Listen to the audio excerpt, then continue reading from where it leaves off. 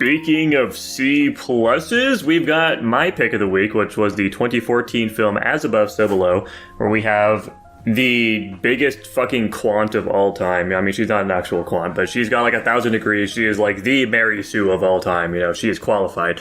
They go down into the Paris catacombs under the goal of finding the Philosopher's Stone, which is what the chick's dad really liked. And they end up going through the various layers of hell and having to redeem themselves or die, and they make it out in the end. Fun fact.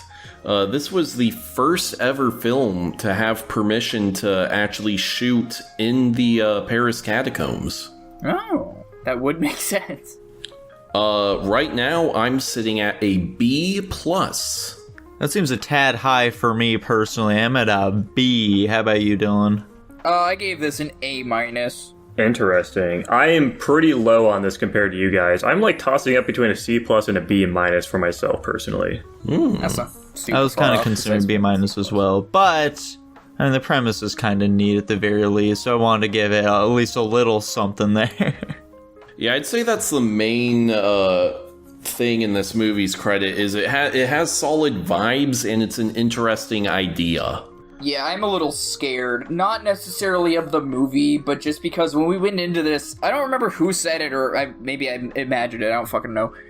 So we went into this hearing that the movie was bad, so... It didn't have great ratings, that's all I was going off of. Yeah, I think the Rotten Tomatoes critic score is, it's a bit I don't harsh. see how you... what was it? It was like a 26%? It's a 29 or something. 29? Yeah, I mean, that's the same thing for I- Blank Check as well. That had like a fucking 5% or some shit like that on Rotten Tomatoes. And like, Okay. come on. Neither of these films Yeah. are that bad. Not at all. I didn't know that about Blank Check, but like regardless, I went into this movie with that. They're like, all right, I'm not going to expect much out of it, but let's see what's going on. And I was watching it, I'm like, you know, this movie doesn't seem so bad, but I was like, maybe something happens later that detracts. And then I finished the movie and I'm like, am I dumb? Like, I know I like movies, but like, I feel like maybe I'm missing something. So I'm highest out of all of you guys, but I don't know why I phrased that so weird. But I'm at least relieved to hear you guys aren't as low as I thought you were gonna be, just in case I missed something. I agree with Tanner. I think the vibe of this movie is very well like placed. I do this, and you know, horror movies do this, so I can't be shocked. But it did follow the vibe of people do stupid things because plot needs to happen. I just don't like. And I get, like, they need to push the plot, like, of course they're gonna go into the tunnel. But I know, like, as soon as they're like, oh, I didn't do this thing, like, oh, this is your graffiti, you've been here before.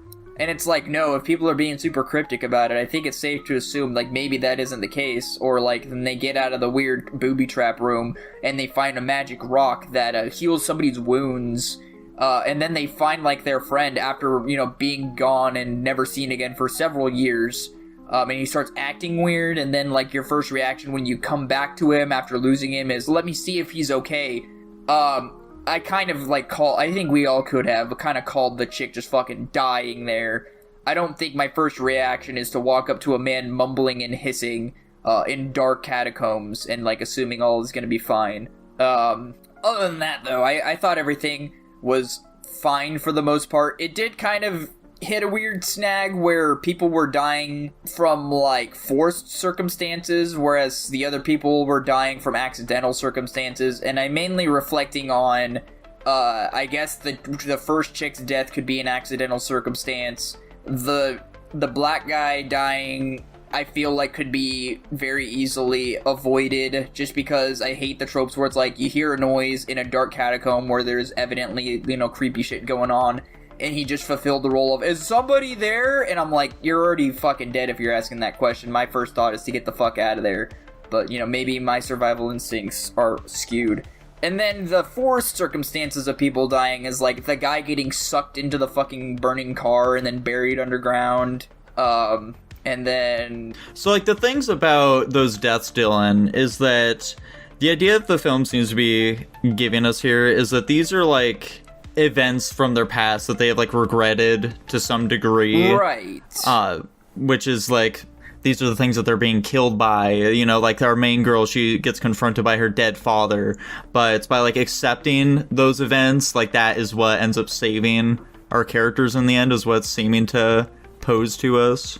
Yeah, but in that regard also, so then in that case, the only guy who died from his regrets, I guess you could say, was the guy who got sucked into the burning car.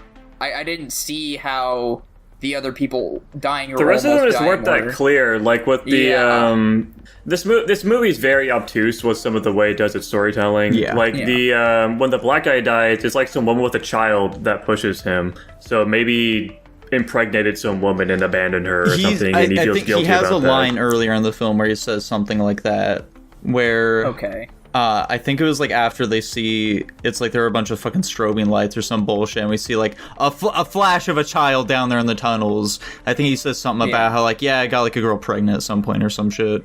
Yeah, there's a bunch of... Everyone dies presumably for some sort of reason with that, and they just need to accept that to be able to get out of hell, and some of them don't, or they can't.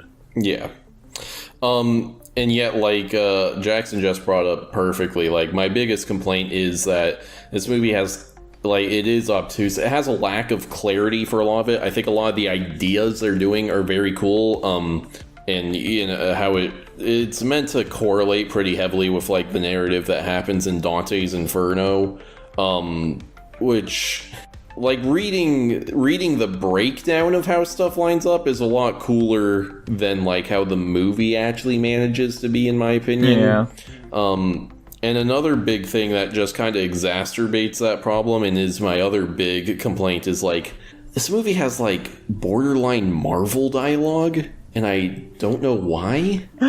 I think I get what you mean. It's very weird. I absolutely get what you mean. I'm not a crazy big fan, though. This movie falls into a similar problem I have with a decent amount of horror movies, where it kind of just feels like you're watching things on rails. It feels pretty stilted in the way it's presented, especially with that. Like, this is just, I think maybe I just don't like found footage horror films. I think a lot of them seem kind of pointless, and this is another one that just feels kind of pointless. Like, a lot of the shots they're actually doing with like other people recording conversations just seem fucking stupid, and there's so many of them.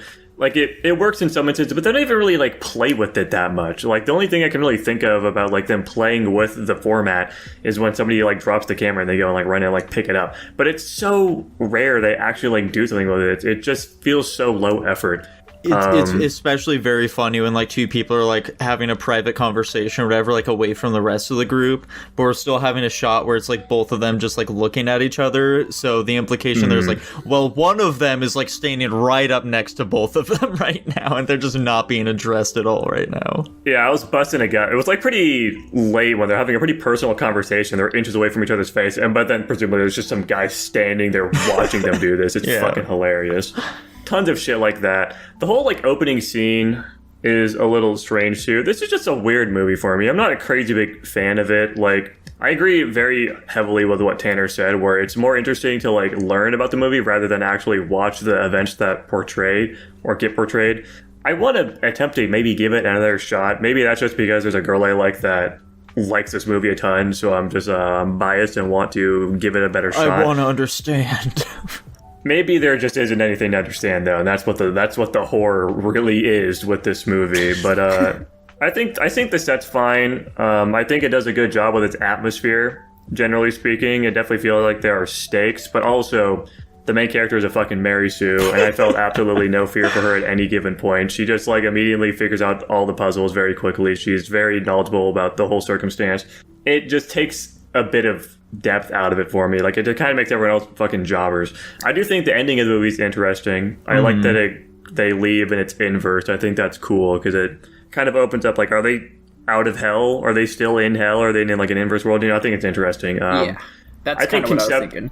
I think conceptually this movie is cool, but it doesn't execute it particularly well for me. It was very funny hearing that interview at the very beginning of the film where she's like, yeah, you know, I speak like 80 different languages. 4 of them are dead languages that no longer exist anymore. I graduated from Harvard with a 4.0 grade point average. I know Krav Maga. I'm like a black belt. I'm a super cool. I'm a master at it. I speedrun Jump King. I have like the world record on it right now over on speedrunning.net. It's pretty sweet. It's just a laundry list. And And when they encounter like the fucking golems or whatever down there, she just like fucking karate chops them away, and they're just not a threat to her whatsoever. Those fucking scenes where they just whack him out is the funniest shit ever. I love yeah, where they those. like I was bowl, or she busting a bowls gut. over one. Yeah, I wanted to feel fear, but like initially when the guy gets like his neck bitten, that was like the only time I felt tension. But then like they didn't catch up to them. She ran through them. They weren't like taking her down. Like even in like the well, no, that's not true. I did feel tension in like the blood pool part, but. For me, the most tense moment of the film was when near the very beginning, when that dude was like fucking stuck and he was just like screaming because he couldn't get himself undone. The chick was like yelling and he was like, "Shut the fuck up!" That part was very tense for me. I thought he was gonna get grabbed there, to be completely. I thought Yeah, the cold same. women were gonna grab him and drag him off, and that was gonna be the first death. But Yeah, but like It the didn't real happen. supernatural stuff doesn't really start kicking in. Well, I mean, there's like supernatural stuff throughout the whole film, but like the real shit that's like actually dangerous to them doesn't start kicking in until once they like fucking like really enter hell, when they go below. yeah, I do think some of the deaths are a little goofy too. Like the guy getting sucked into the car was pretty goofy, and then his feet That was just fucking kinda dumb. stick I out. didn't like I that. just Yeah. thought that was funny. I didn't think it was scary at all. You know, there's a decent amount of stuff like that. It's a reference to Dante's Inferno, though. well, because even in that regard, so okay, let's. I don't want to break this down super. I'll try to make it quick. Some of the characters were allowed to reconcile with their regrets. Some of them just straight up weren't. Like Car Guy, like he. Just Well, because fucking was like dead when he and- encountered the car, he was like, "No, I didn't do it. It's not my fault." And then like it was only Oh, that once is he said valid. that is when he got sucked in. What about the black guy? Did he have a chance to reconcile whatever the fuck he did? I don't think A lot so. of these could have just been like internal battles. Yeah. Like they could maybe. I mean, the hell was attempting to show them hints maybe of things that they should be accepting, and they were ignoring them or too scared to act on it. Maybe. Yeah, like he was the Yeah. cameraman, the black guy. He was the cameraman throughout like the first chunk of the film, and Right. it was when like they were going into the club to meet with Papillon. That's when he saw like the girl like exiting, and he like was tracking her as she was doing so, and he was like watching her as she was like walking out the streets later on, and she's obviously very supernatural. So I think she's the one who also kills him. Like she like jump scares him so he falls down. So like maybe like she looks exactly like the woman who he impregnated and abandoned. Yeah, but then the guy whose brother drowned in like the frozen lake, he didn't. He was just gonna die to the golems, so that part's a little weird. Oh well. It's tough, you know. Yeah, I think we've kind of settled on like the big determining factor on our ranks here is like just how much the vibes and the atmosphere did in fact work for us, because I think we're Yeah. acknowledging a lot of the same flaws. Yeah, I agree. I just wish that one of the bigger things for me is that third guy who survived, I wish he was more developed and fleshed out, because we just get fucking nothing for him. But it's like, well, he made Yeah, it, I he's just a guess. B-list. It's like Yeah, I even do at think the it's funny end, as- they like all he just hug, and walks then he's off. like, okay, later. He just walks off. He didn't even have like he wasn't even confronted with anything. I think he just was just along for the ride the whole time. Yeah, I Love him for that. Yeah, I can't remember if he really encountered anything either. Oh well. Anywho, I guess I'm gonna go with my lower of the two. I'm gonna give this one a C plus. Okay. I'll also go with my lower rank. I'll say B minus. I think I'll go ahead and drop down one and give it a flat B. All right, Dylan, are you also dropping yours? Yeah, I think I'm also gonna drop it. I think I was 100% feeling the vibes. I can appreciate a movie with like environment, and I didn't think the acting was too bad. But yeah, there is a lot of story beats, and like Jackson and I think all of us acknowledge, it's a very obtuse movie, and sometimes it just doesn't line up or make sense. So, other than that, I thought the movie was pretty good. But yeah, B plus. And it lands at a flat B overall. How exciting. That's crazy. They actually use the catacombs, though. Like, they're just fucking crawling around people's actual bones. That's bonkers. Are we sure that wasn't just like prop bones? I would hope so, dude. I Tanner, really can you hope they would. confirm or deny if they were prop bones?